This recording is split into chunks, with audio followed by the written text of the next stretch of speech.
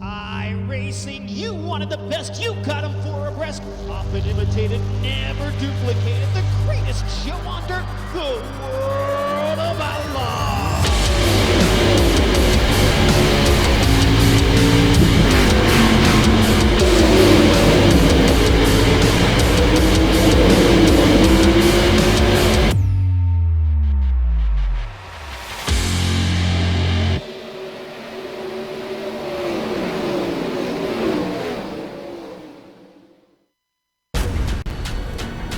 This is the original esport racing game. This is iRacing.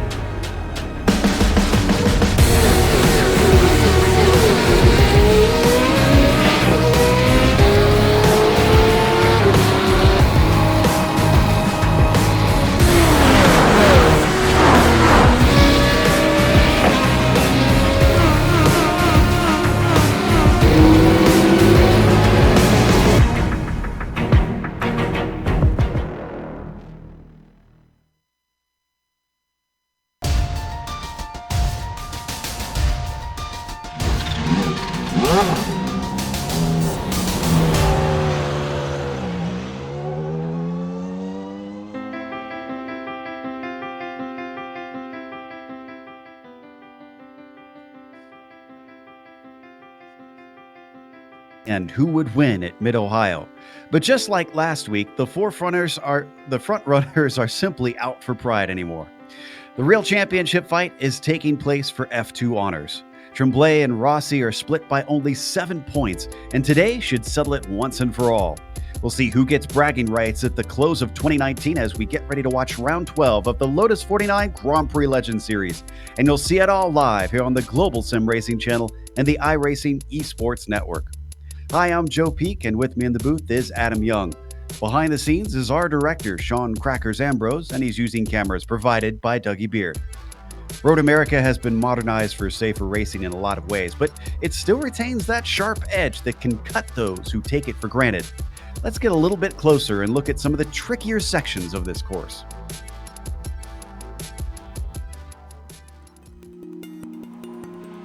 Welcome to Road America. Nicknamed America's National Park of Speed, it's easy to see why just by looking at how the track is laid out. Long straights are a major feature, and drivers will build up incredible momentum before they find themselves interrupted by tight 90-degree corners.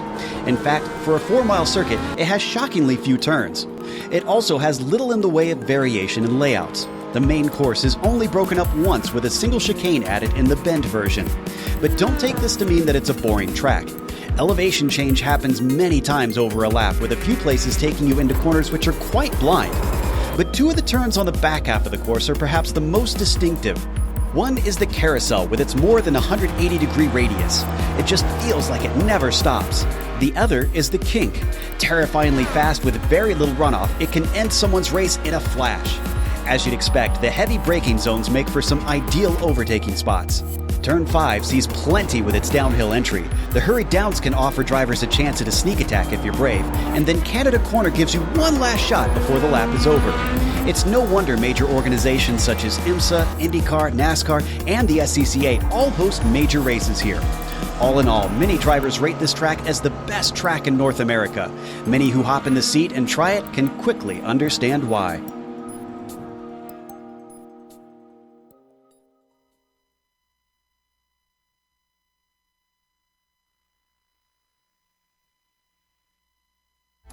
You see a few of the sites here in Wisconsin, but Adam, the sites don't always tell the whole story, so why don't you give us a few stats about this place?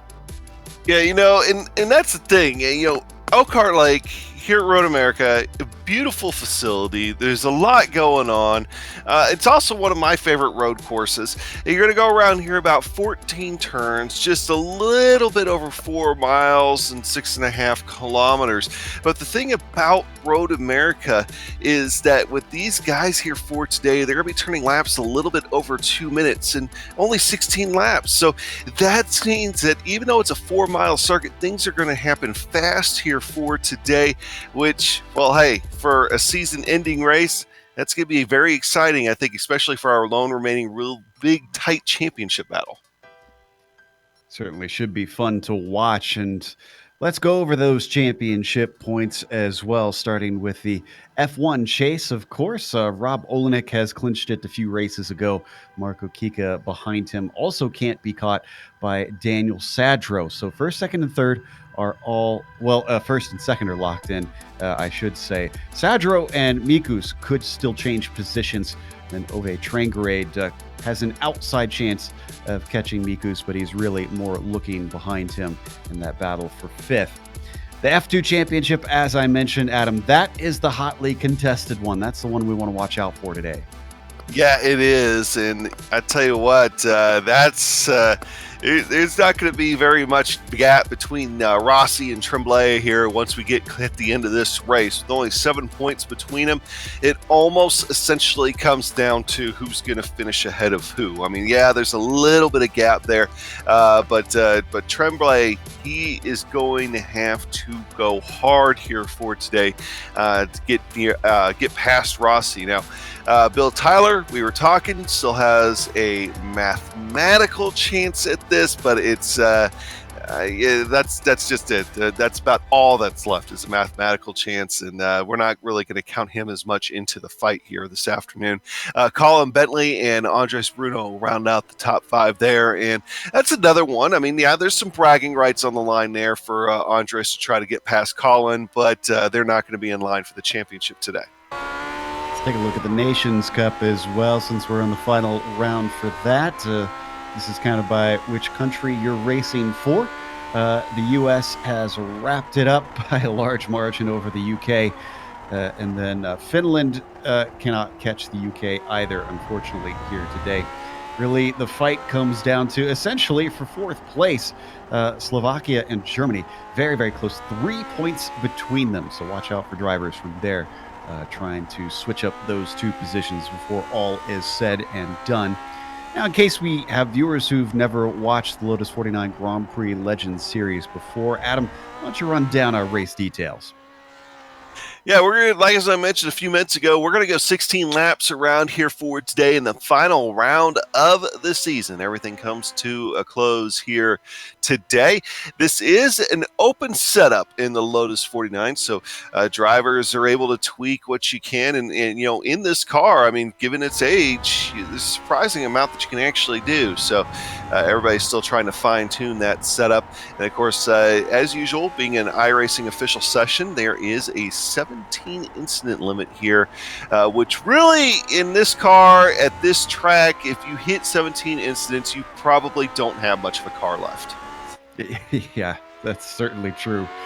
Well, we are once again watching this on the iRacing Esports Network. Make sure and subscribe. It's very easy to do. If you just scroll below this video, there should be a big red button that says subscribe. Click that. You won't miss a moment here on IESN.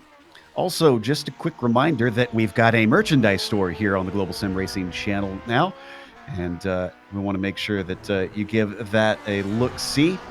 Of course, we've got our tote bag up for sale here on the channel as well. And interesting thing about the tote bag is that this actually doubles as a windsock if you've got a war wagon and you're going out racing. So this could be pretty useful for yourself, of course, trying to get in the game and make sure that you have that extra edge over your competitors. Not only can you carry groceries, but you can tell which way the wind is blowing. Right now in qualifying, Rob Olenek is currently on the provisional pole over Uwe Trangrade. Interestingly, Michel Dudignan is not the quickest right now, and he's usually very, very strong here. So I wonder if this second lap is going to be a game changer. Yeah, we'll see. I mean, still got a long way to go before he's able to get down to the start-finish line here. It's still very early on in the session, and of course, with lap times getting down to about 2:02, 2:03, pretty common out there here so far. Still wait for a lot of those front runners to set times, but one thing that we mentioned though is that David Rossi is going to be one of the guys we're really going to watch out for. He only set a 2:04. Tremblay was just behind him, but not by much, about 2:05.3. So middle of the pack, I think, is going to be where the action's here for today. So we'll be keeping an eye on that. Now, where is, let's see, looks like Rossi is currently in 8th, Tremblay in 11th. So Tremblay certainly on the back foot here as Rob Olenek comes across for his second lap. Is this one going to be quicker? It is not. He's about 0.3 slower at that time. So Tremblay coming across on his second lap. He needs to improve. He's down to 12th now. 13th as more drivers go faster than him. He gets down to a 2:05 flat. That's 0.3 quicker, but he does not improve his position with that. Oof. Still, though, I mean, it's still a little bit quicker. One thing to think about, too, of course, is that being in an iRacing official session, the weather has changed maybe a little bit from the practice session that was going on just before this. So they really only had just a few minutes here to tweak the cars based on the weather conditions. And that might mean it might take just a little bit to get things going here. Granted, of course, qualifying is only 2 laps. And might have to do some of the tweaking actually in the race, right before the race, rather. Once you get in the race, there's only so much you can do. But that could mean, though, that it still could be wide open once we take the green flag. Dudignan went quicker, but seems he did not improve enough to improve his position. He stays in 3rd. I'm not seeing any drivers that look like they're likely to overtake him, as Kane Lasky, who's still out there, has already put his 2 laps in. Interesting to see Kane Lasky this far down as well. He's only 4th. He's usually incredibly quick, especially in this car. So Matt Yeomans comes across for his second lap, and it does not go quicker. So that is our results. Let's go through your starting grid with Rob Olenek on your pole. He's already clinched the championship. At this point, he's just trying to put a stomping on everybody around him. Uwe Trangrade is going to try and stop that at least. He's starting 2nd. Michel Dudignan in 3rd with Kane Lasky to his outside in P4. Then you've got Peter Mikus in the 5th position. Daniel Sadro will be starting in 6th with Bruce Nelson in the 7th spot. Marco Kika starts 8th today. Bill Tyler in 9th, and David Rossi leading the F2 points rounds out your top 10. Yeah, taking a look at 11th on back here. Parton, he's going to start in 11th this afternoon. Marlon Williams in 12th. Tremblay, he's going to be the one chasing Rossi, but he's got a little bit of work to do, at least at the start. He'll start 13th in row 7. Colin Coker here is going to start in 14th. David Cohen in row 8. Alongside him will be Matt Yeomans. Gary Anderson, Roddy Evans are going to make up row 9. Don Good and Colin Bentley are going to make up row 10. And just a few drivers here, so I'll finish it out. Row 11 is going to go to Andrew Ang and Stan Heineman. Robert Reynolds and Troy Adams will start in row 12. See the field already lining up on the front stretch. It's a decent run down to turn 1. Will anybody be able to make up positions on that fast flyer up the hill? Just waiting on one more, and it looks like Dudignon has made his way out to the grid. So let's get going for our final round here in the Grand Prix Legends Series. Lights are up. Green flag is out. Off the line, Rob Olenek is not that great. Ove Trangarade much better initially, but they start to even out as they get up to speed. It is a drag race down to the first corner, and Rob is going to have the inside line a little bit better on the brakes for Ove Trangarade. We got a big wreck in the back, though, as 2 cars fly off course. And it's still side by side for our lead as Trangarade is not done with his fight. They come down to turn 3. Finally, Olenek manages to sneak by, but wow, bad news for our drivers in the mid-pack. Yeah, so far it looks like 3 cars involved back there, but I see just about everybody else looks like they're clean. So they'll be getting back to – we'll look at that here in just a few minutes. Yeah, looks like we had Sadro involved. Snelson Williams was in there. Kika might have been a little bit involved, we're hearing as well. We'll take a look at that in a little bit. But the bright purple car of Ove Trangarade chasing Rob Olenek to see if he can finally get one over on him again. I think we had a problem for Colin Coker, who went off course. We'll get back to that as well. He was in the back of the pack. He gets back on and is still running. Down and through the carousel once again. Where are our F2 fighters? David Rossi up to 9th now, it looks like here. Yeah, and I was just looking at that with Rossi up to 9th. You got to look right behind him, and then you'll find Tremblay. He's right on his tail here at this point. So Tremblay already able to make up those few positions that he needed to. Yeah, that is a fantastic start for Tremblay. The Canadian certainly has put himself in a position where he could take this championship away in the final round. You can see our leaders. Parton and Luce, they got action in front of them here. They're having to dice their way through. Rossi gets through the mess coming out of Canada corner there. But Tremblay actually is going to lose ground because he had to get on the binders to avoid getting into the back of Parton and Kika. Up 1 position in 9th for Tremblay, but as you mentioned, not able to take advantage as well as Rossi had. As they come up the hill, you can see a battle for the lead once again. It's a repeat, but reversed on sides as Olenek is on the outside of turn 1. Trangarade on the inside. He manages to get through, but he's not done with the job yet. Still side by side, down through turn 3. Rob, unlike Ove, is able to hold around the outside. In fact, he gets a fantastic run down the Moraine sweep. Adam, it's another drag race this time to turn 5. Yeah, and that's going to give Olenek here the inside look as they head toward 5. He breaks a little bit early, though. That allows Ove Trangarade to get out just in front of him, and he might be able to hold it here. Indeed, he's going to retain the lead. Dudignon, Lasky, and Mikus are all behind them. It is a 5-car fight, essentially, not just these 2 battling for the lead. Ove finally settles it out, and he pulls a tiny gap over Olenek. Dudignon wonders if he can get into the mix. Not quite a chance down into the hurry downs of turn 8, so they stay in line through the carousel. Yeah, you're looking right there. Your top 5, throw a blanket over them. That pretty much sums up what kind of gap you've got. But Ove Trangarade here, he's going to be getting ready to come out of go through the kink and right down the back straightaway, also known as the Kettle Bottoms, and eventually down into Canada here. And Canada, as we were talking about in the pre-race, Joe, actually maybe even before we get on air, this is a tough corner in these Lotus 49 cars. Certainly is. This is a bad exit for Trangrade. Holds him up a little bit, and Olenek thinks about it. Too wide through Bill Mitchell. Bend is incredibly difficult, but he gets the shot off the corner. He's got the inside into the final turn.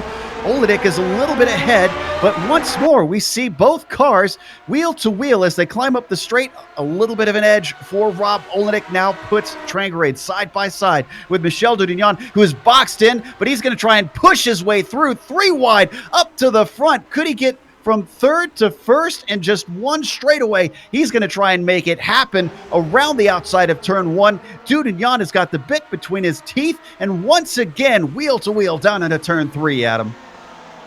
Yeah, Dudignon just came out of a cannon there, coming down the front straightaway, and now it looks like Trangrade was thinking about making it 3 wide there, but instead he's going to slip in behind Dudignon.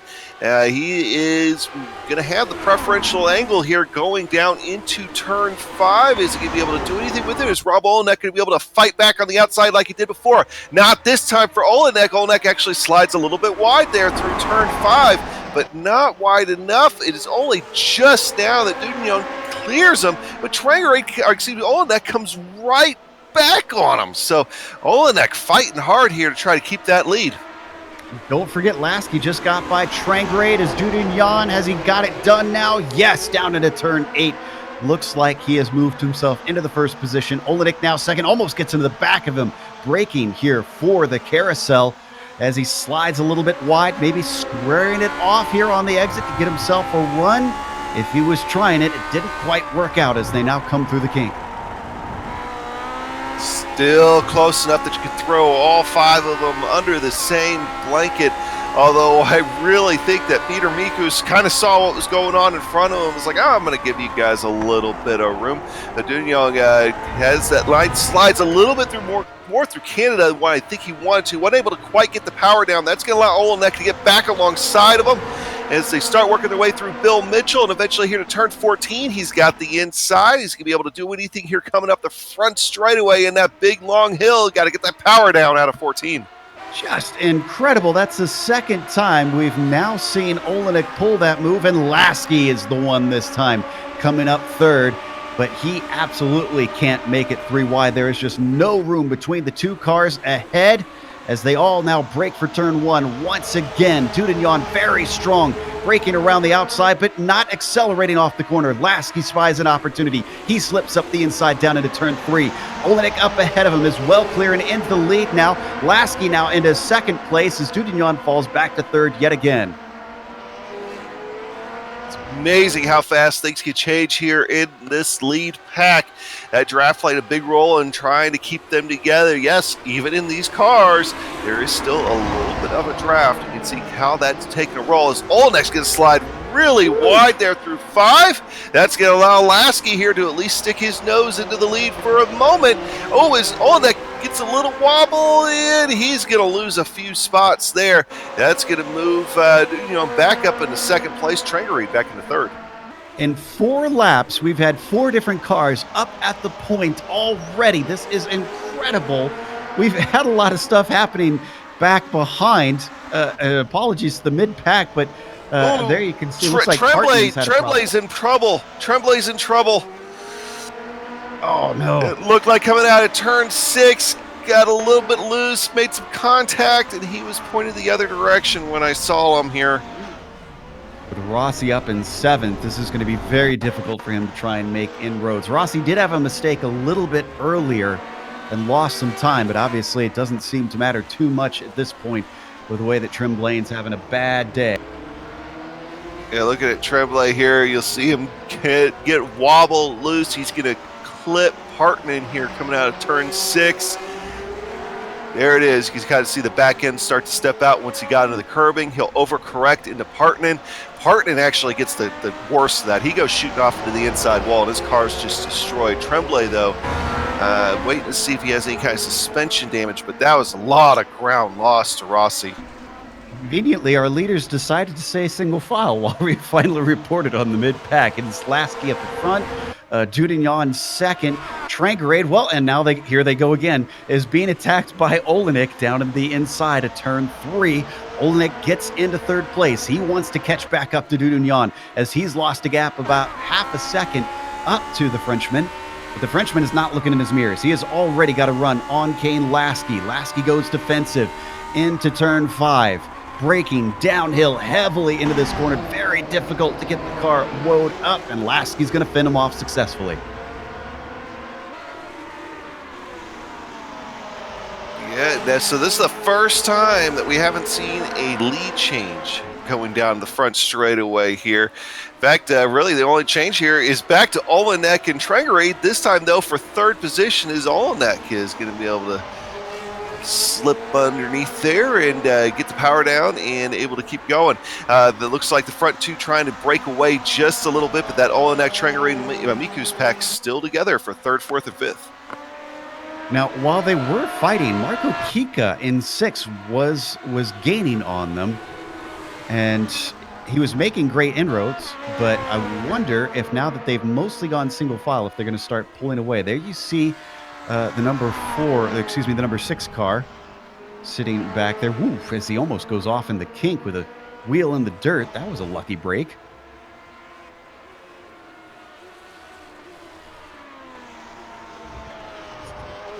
Take a look at how the laps are between them.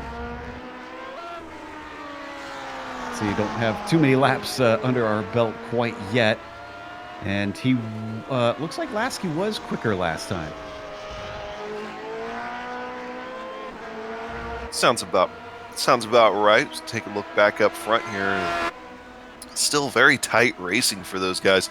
I'll tell you what, though, and they're going to have to get really racy, I think, for Marco Kika to actually have a chance of being able to get back up there. So that's probably what Marco wants to see, but it might actually take an incident at this point to get him. Hey, going back to that battle that we've been watching for the F2 Championship, David Rossi now solidly in 7th position.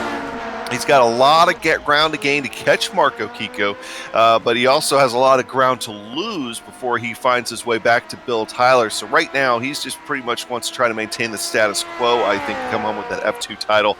But Tremblay, he's been able to recover 1 spot since his incident, but he is still back in 12th, and it's not looking terribly good for Tremblay here at this point, but at least he got away with his incident with, it doesn't look like major suspension damage. Yeah, Tremblay just got a spot from Dave Cohen, who must have some sort of issue because he's lost about 5 spots within the last lap. Not sure what is going on there with the number 19.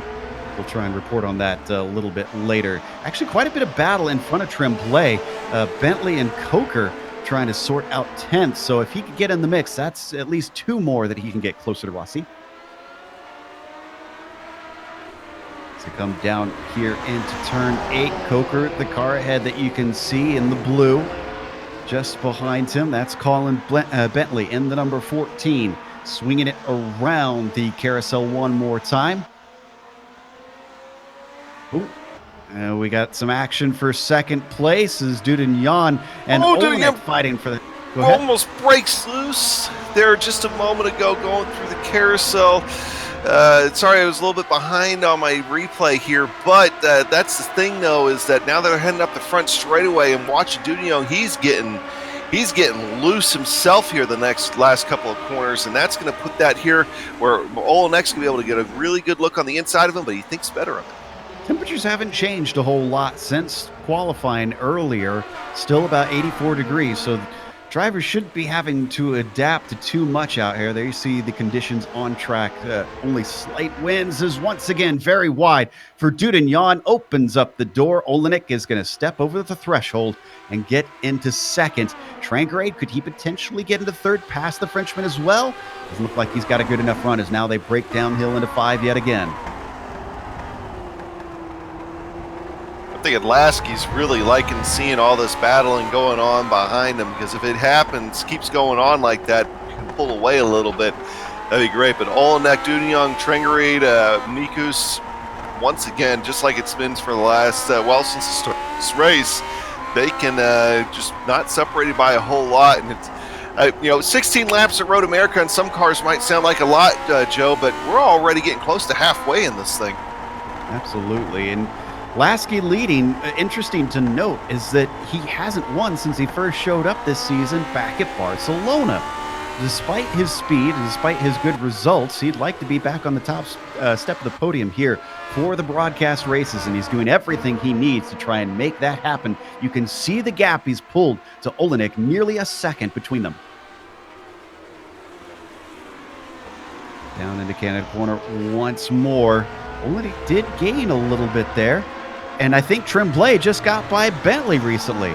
Tremblay up one more spot. He's got into 11th now. Let's take a look at how that happened. Yeah, we're hearing that Bentley might have made a mistake. The GSRC replay machine will tell us all. See what happened here. Ooh, yeah, that's a big one. Sliding it through turn 8, and he gets it going, but not before he loses that 11th spot to Tremblay. So now he sets his sights on Colin Colin Coker. We've got two Collins there. I tell you what. Sorry, go ahead. Go ahead, Joe. Olenek has gained about 3/10 just in this lap on Kane Lasky. So he is on a mission. I did not think that he would gain this quickly, but clearly the number 2 has got something over the number 5. Yeah, and Kane Lasky's already trying to adjust his line down the long straightaways here to try to break up a little bit of that draft. Snaking, just running offline in general, and doing everything he can. But it doesn't seem like it's enough, as Olenek, and keep in mind, Dudionne is right there behind Olenek too. So if Rob's able to get up there, so is Mikkel. So Kane Lasky is going to be having his eyes in the rearview mirror here for the next couple laps. Now, we've had all this action. We haven't gotten back to the replay at the very start. I think we're pulling that up now.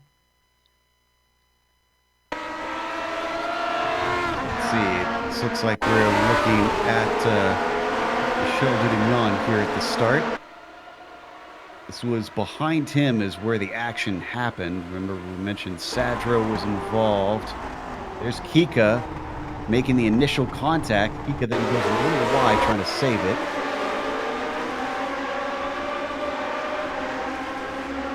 He's going to get into the gearbox. I think it was of Sadro. Oh, wow. And then that was the 8 of Snelson, who was just a completely innocent victim out of nowhere, finds himself pulling 360s. You know, the field did a good job avoiding that. Could have been a much worse incident with so many cars coming into turn 1 behind them. Yeah, and especially the fact that it didn't happen too far away from Rossi and Tremblay, who are fighting for that F2 championship. So, meanwhile, ultimately... As we're back live, Dudionne gets back in a second. They've lost ground on Lasky again. It was almost 3 wide there for second place as Olenek back to third. And a mistake from Dudionne. He goes off course at third at turn 3, and he gets it completely turned around. He returns to the track, but an uncharacteristic mistake from the Frenchman. It just looked like the car got loose under braking, and instead of trying to save it, he just ditches it into the gravel to make sure he didn't collect anybody else, which, great for on the sportsmanship side, but that's going to cost him a lot of time in several spots, but still didn't fall back all the way to Kikis, so he's got a little bit of a chance to try to gain some of that ground back. Looked like he caught the grass a little, and that's what caused it to spin off. Definitely locked him up down into turn 5. Getting the car woed up.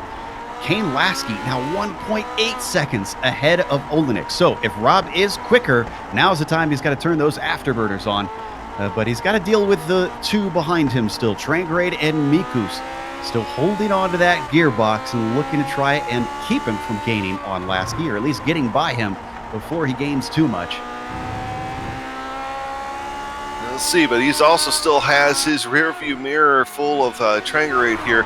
So Rob is, you're right. I mean, he's really got to try to show what he's got right now if he's going to have any hope of catching Kane Lasky. But Kane Lasky, I think, knew what was going on behind him, and he just put the power down, and he tried to run away. And so far, that strategy seems to be working out for him. A bit wide there through the final corner for Olenek, but doesn't let it hurt him too much as he gets a decent exit.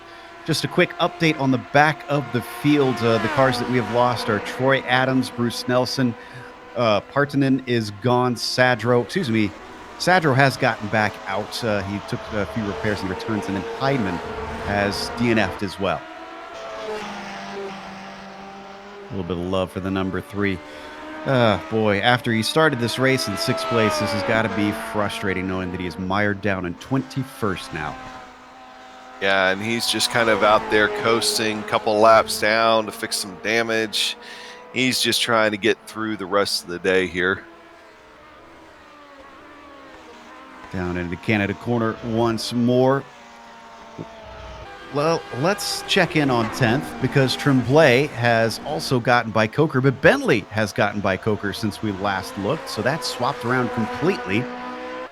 But unfortunately for Tremblay, this 10th will not cut it. He's still got to overtake Yeomans and Tyler before he even gets to Rossi, and then he's got to overtake Rossi. And if I'm not mistaken, even if he overtakes him, Adam, I don't think that's going to be enough points that he can claim first in the F2 championship. So there is so much that needs to happen for him to try and get back in the game. Yeah, that's something to watch out for, especially since there's already a 20-second gap between Rossi and Tremblay. But sounds like P2 getting ready to heat up again here. It seems like it has been all race. Trangerade back in Olnek's draft and seeing what he could do here. Looks like they'll be able to maintain that gap going through the kink. Out of Canada corner and up through Bill Mitchell Bend. Olenek keeping Trangerade at bay. He has closed in on Lasky by quite a bit. It's down to 9/10 of a second. In fact, I think that's half the gap already. So Lasky is essentially taking advantage of everybody else squabbling and having mistakes to be able to take this lead because he is certainly not the fastest car on track at all. No, he's really not. And now that gap continues to decrease. That gap actually lost, what was it, about 4 or 5 tenths. Hey, look at this went purple, though. Somebody trying to make up for that mistake. Mikel Dugnon just ran the fastest lap of the race. He's got it down to 5.6 seconds just to get to Miku, so he's about 7 behind the leader currently. They've continued to drop Kika back there in 6 in no man's land. Down to 6 laps to go here. Time is starting to run out. If anybody does want to win, they're going to have to do something soon, and it certainly seems like Rob wants that. Can he deny a second win for Kane Lasky out here today? Got a few drivers who've been moving up and down quite well. Colin Bentley, actually, we should credit, even though he has fallen to 11th. He started in 20th. 9 positions up is not a bad result for him.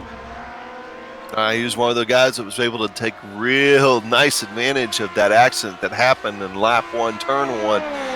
But hey, spots are spots no matter how you get, and he's been able to hold his own there in that 10th, 11th position as well. In fact, he's been threatening Tremblay again at times, although he's kind of fallen off of him here for the moment. I'll be honest, I'm kind of amazed at the pace of Rob Olenek today. It was only 2 laps ago we said it was 1.8 seconds between himself and Lasky. He's already got it down to 3 or 4 tenths, and they're coming up to the front stretch where the draft has the biggest effect in these cars as they come off of the final turn. Wow, big slide there behind them from Ove Trangerade. That's going to put him out of contention, but Olenek does get a good run. Is this going to be enough to challenge Lasky down into the first corner as they come down to 5 laps to go? He's gaining quickly. A little bit of a defense down to the inside from Kane. Lasky pulls out to the racing line, but not fully as he keeps the door open. Oh, too hot into the first corner, all the way off course. Rob Olenek has to catch it, and Trangerade says, thank you very much. That second place is mine now.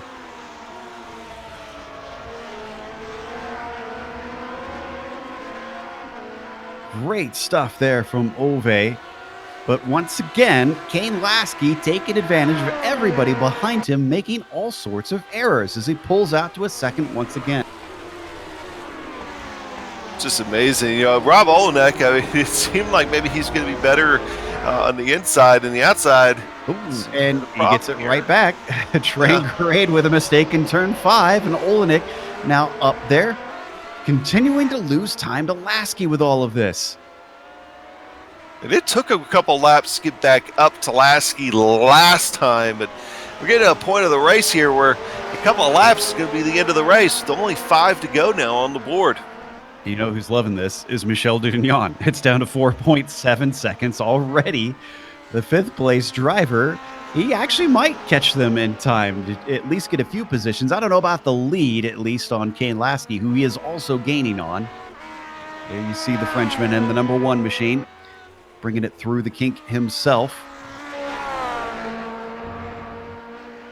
Unfortunately, a lot of our drivers in the mid-pack have split apart from one another. Really, our best battle is back for 11th.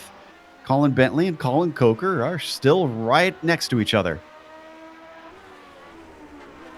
Sounds like Bentley might have made a mistake there last time through turn 5, and that's kind of what got him into the spot that he's in.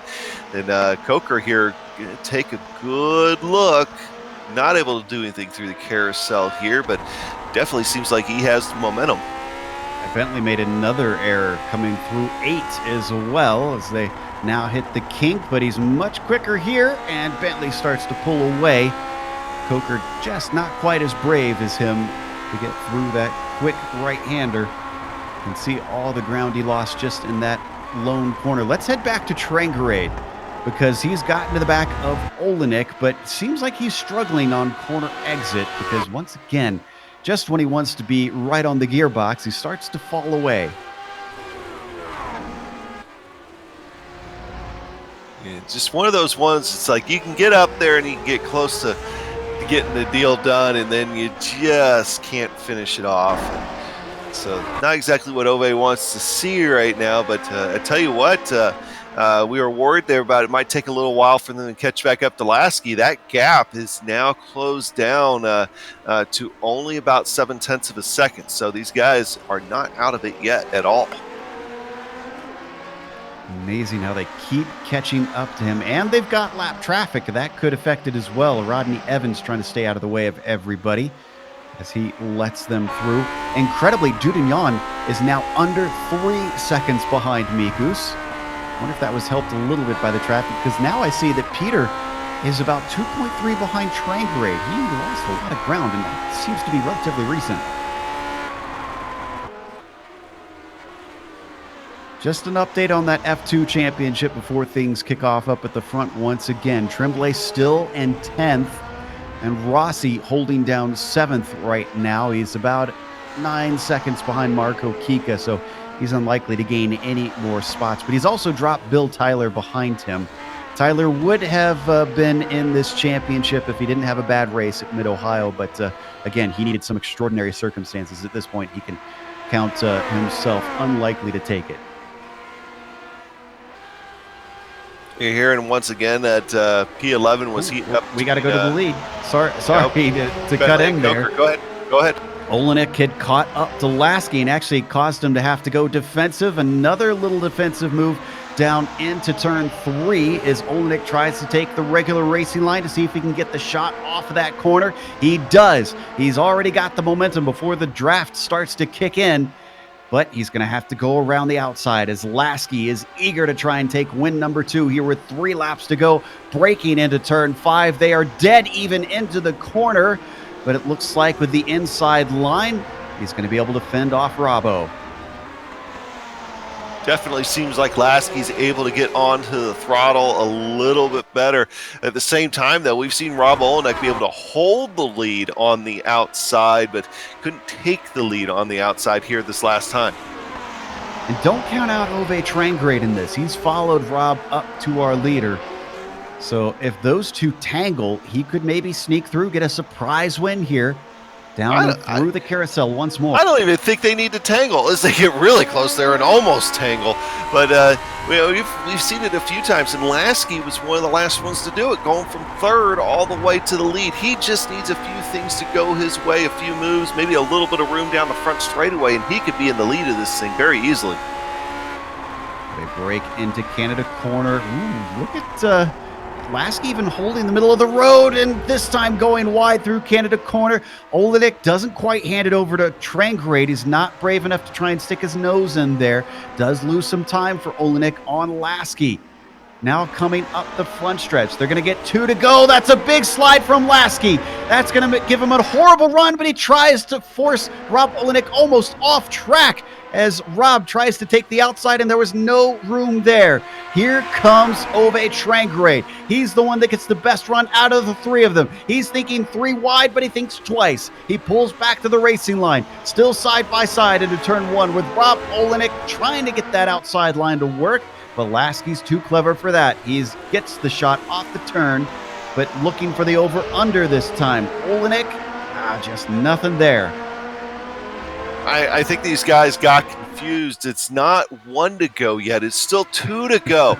It's okay to calm down and wait for things to happen here. It looks like Olenek here is going to try looking on the outside of Lasky again. This time he almost clears him going to the entry, but he slides the exit just a little bit. He's going to lose a little bit of ground. Trangrade not able to take advantage of it. And behind them, Mikus and Dudignan are catching quickly. Now through turn 7. It might be 2 to go still as there's a little wobble from Lasky off of turn 7. He manages to catch it and doesn't lose time.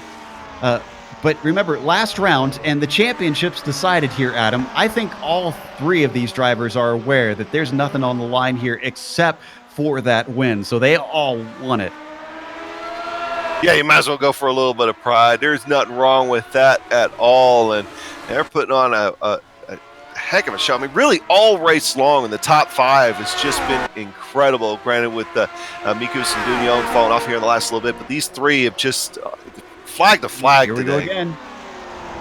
Around the outside of Lasky and a little bit hot into the corner for Rob once again. That's the second time in a row that he slides wide. Doesn't lose out as a big bobble there from Ove Trangrade costs him a bunch of time just as they get ready to come to the white flag. Gary Anderson, the lap car, going to pull off to the side in front of him. He shouldn't play a part, hopefully. Rob with a much better exit. And Kane Lasky is going to force him to go to the outside as they come up to turn 1. Wheel to wheel into this corner. Rob with a slight better bit of momentum. Can he finally get it done the long way around? He's going to try it. It looks like he might have it as he's almost wheels into the grass. And the fact they come together a little bit. Down into turn 3. Who's going to be able to take this away? Are they going to come together and hand this over to Ove behind them? Finally, he gets it done. Doing it the hard way. Rob Olenek is ahead. Can Kane Lasky do anything to try and get this back in half a lap? He's trying. He's not going to be able to do anything here down into turn 5. Instead, Trangrade's going to look on the outside himself. He's going to break loose a little bit. Going to clear Lasky, though, so no contact. But Lasky might have a clear shot at Olenek now. In fact, almost able to get on the gas better through turn 6. They're getting ready to fly. Carousel's going to be very interesting here this time by, Joe. And even though they're a second back, I don't think Mikus and Dudignan are out of this as well. They are fighting so hard. They're gaining time hand over the fist on the top 3. It is still Olenek up in the lead. He managed to keep Lasky back through turn 8. Trangrade holding down 3rd. They now come up to the kink. This could be the last opportunity, but we have seen Olenek make moves through Bill Mitchell Bend and down into the final turn. Coming through the kink, no change there. Lasky, though, a little bit slower than Trangrade through that corner. Into Canada corner. Is anybody going to make a wild dive? Trangrade thinks about it, almost gets into the back of Lasky, but manages to hold it back. Still, Olenek, your leader. This is the strongest point for him we've seen in much of the race, and that bodes well for him as they come off of Bill Mitchell Bend into the final corner. Trangrade to the inside of Lasky for second place. Off the final turn, Olenek finally gets himself back up to the top spot, and he is going to take the victory here today at Road America in a thriller. Wow. Lasky in second, Trangrade 3rd, Mikus winds up 4th, and Dudignan in 5th, but David Rossi behind him. down in 7th place. He comes around the final turn. He was in 3rd in the points coming into last round at Mid-Ohio, and somehow in 2 rounds, he climbs up to the top spot in the F2 championship. David Rossi is your F2 winner here. Great stuff from the number 9. A little bit farther down, Colin Coker has fallen into the clutches of Andrew Ang. We haven't had a chance to watch it. It's been so thrilling up at the front here, Adam. Yeah, and Andrew Ang's just been kind of sitting back there waiting. Colin Bentley's able to run away. He's going to come home here in 11th. Colin Coker looks like he's going to get 12th, but Andrew Ang was doing his best to get around him. He'll come home in 13th. It's a little close here. Hey, actually, he got a really good run there. I was thinking he was going to be too far back, but really good run, able to at least get side by side. So, yeah. So, for that, good run for those two, but still 12th and 13th. And I think that's going to be it for our drivers on the lead lap, as Don Good's going to bring them home at the tail of the cars. So let's take a quick break here on the Global Sim Racing channel. We'll come back with the official results as well as driver interviews. Stick around, because on screen we'll see all the upcoming races here on the GSRC.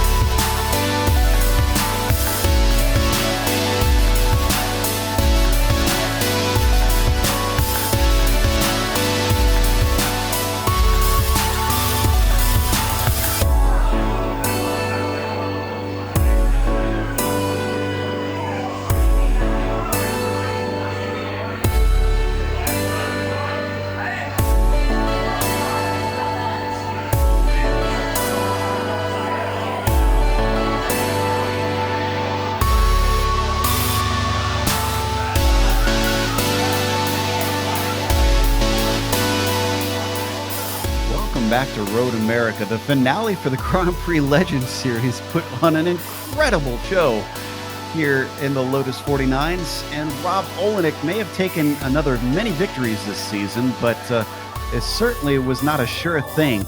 Even down to the last lap, Kane Lasky was consistent, but he wasn't quick enough to deny him. He had to take another second place. Nove Trangre with a third behind them to round out the podium. Peter Mikus was actually getting pretty close to being able to catch them as well, but he wound up in fourth, just ahead of Michel Dudignon. If it wasn't for that big mistake earlier in the race, Michel could have been in there too for the win.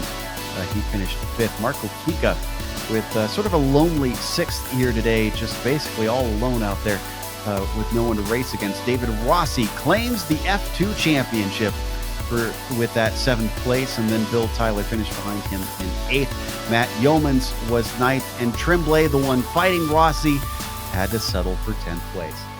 Yeah, at 11th position, 11th, 12th, 13th, they were kind of fighting hard here in the last few laps. Colin Bentley will come home in 11th. Coker and Andrew Ang were fighting right down there to the checkered flag. A little bit misleading on how good of a run Andrew Ang had there going down the front straightaway. So that's only about 14 hundredths of a, no, actually shorter than that, about 8 hundredths of a gap between those two. Dave Cohen, Don Good, Gary Anderson in 15th, 16th, 17th, Rodney Evans, Robert Reynolds, and Daniel Saggio will round out your top 20. And just like the starting grid, only a handful here on the backside. These guys ran into trouble. Stan Heidman, Bruce Nelson, Paulie Partonen, and Troy Adams round out the field.